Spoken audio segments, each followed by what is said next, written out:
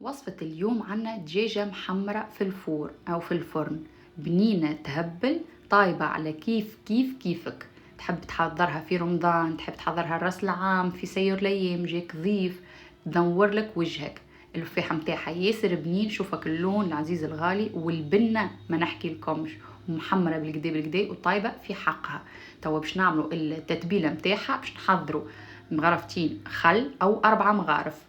بالنسبة للقارص اشتر كعبة قارص انتي وحجم الدجاجة. اشتر كعبة قارص بالنسبة للدجاجة ما تفوتش كيلو. عندنا لهنا مغرفة كبيرة متاع ملح، ونحطوا معاها كريم فريش. حطيت لهنا 3 مغارف 4 مغارف كريم فريش، حتى 5 مغارف ميسالش. حطوا تابل وكروية مغرفة كبيرة زادة، ومغرفة كبيرة فلفل أحمر. نحطوا كليلو زعتر كان عندك مخلطين مع بعضهم، مغرفة فلفل أكحل، ومغرفة كركم. دونك الكلهم مغارفة كبار. وعندي لهنا هريسة عربي حطيت مغرفة كبيرة، ومغرفة كبيرة تاع طماطم معجونة. باش نزيدوا 6 مغارف صوص تاع الصويا، هذايا يبنن ياسر الدجاج. واخر حاجه نحطوا 50 غرام زبده. الزبده والكريم فريش يطريولنا الدجاج لو ماكسيموم بوسيبل. هذايا من بعد الخليط نتاعي الكل في الميكسور مده دقيقه، جوست ما يدور الخليط معناتها يتجانس مع بعضه. حطيت توا قرابه 4 مغارف زيت زيتونه، وباش نشوف التكستور نتاع الخليط. لهنا عندي الدجاجه نتاعي هي ديجا مفوحه بالحشيش نتاعها بالكليل والزعتر والرند. دونك ما بقالي كامش نزيد نكمل لها التتبيله نتاعنا هذيك. نحاولوا لماكسيموم ندخلوا الصوص اقصى نقطه في الدجاجه باش تجي من الداخل بنينه وشبعانه بالصوص نتاعها بالتتبيله. دونك نحاولوا ندخلوا يدينا ما بين الجلده واللحم نتاع الدجاجه، والدجاجه في حد ذاتها ما تنحيش الجلده لخاطرها بكلها منافع. دونك خليها جلد هذيك طيب، اذا كانت ما تحبش تاكلها من بعد ما يساش نحيها، حتى لو كانت تاكلها راهو تزيدك فيتامينات في البدن. دونك لهنا باش نحط قرابه 50 60 غرام زبده، باش نوزعها على الزر نتاع الدجاجه. خاطر نعرفوا الزر هو اكثر بلاصه في الدجاج ما يطيبش بالكدا وساعات يجي شايح. دونك نكثروا له الزبده تجي بنه على بنه. دونك كما شفتوا لهنا، وحاولت نقبها بالكوردون في البلايص الكل. من البلايص الكل حطيت دخلت فيها الكوردون باش يدخل لي الصوص اللي حضرته هذاك. واذا كان انت تحب الصوص يجي هكا ميه شويه ولا جاري شويه، تنجم تزيدوا الزيت. عندي كليل اخضر، الكليل الاخضر راهو يزيد بنه على 100 وريحه محلاها في الدجاج. سورتو الدجاج على قد ما تفوحوا وشويه فيه. دونك باش نحيو هكا الريحه الخايبه والمطعم الخايب تاع الدجاج، نكثروا له القارص الخل والكليل.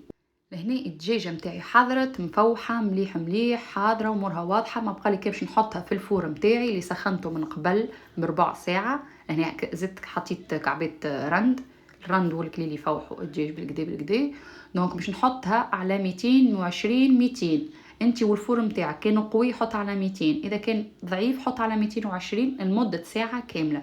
الدجاجه تبدا توزن كيلو لازمها ساعه كامله في الفرن باش تطيب وتاخذ حقها في الطياب. دونك لهنا حطيتها بالكدا معناتها زدت كملت الصوص اللي فاضل من اللوطه. نحاول نغطي كل بلاصه، ما نخليش حتى بقعه ناقصه التتبيله هذيك. والتتبيله بظلي منها معناتها من ميكسور مش من الدجاجه بطبيعه الحال. ما نحيوش من الدجاج نحطوه فوق البطاطا.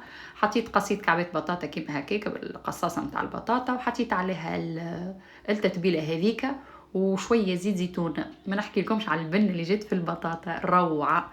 دونك هذيك باش نحطها معناتها ندور بها الدجاجه بتاعنا. لهنا نحطوا بابي كويسون من اللوطه، ورق الزبده او ورق الزبده، ومن بعد نغطيها بالالومنيوم.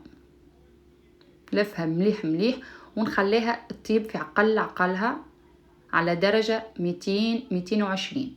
ونبدا كل مره ندهنها بالصوص اللي تسيبه هي. هذاك هو اللي باش يعطيها اللون وكل لمعه وكل كولور المزيان، اللون المزيان اللي يجي في الدجاجه من بعد. وتزيدي طيبها مليح خاطر الزبده هذيك الكل اللي ذايبه. لهنا الدجاجه حضرت كما شفتوا في اول الفيديو، جات تطريه على الاخر طايبه في حقها بنينه. ما نحكي لكمش البطاطا تهبل. خساره عملت شويه تاكلت في رمشه عين.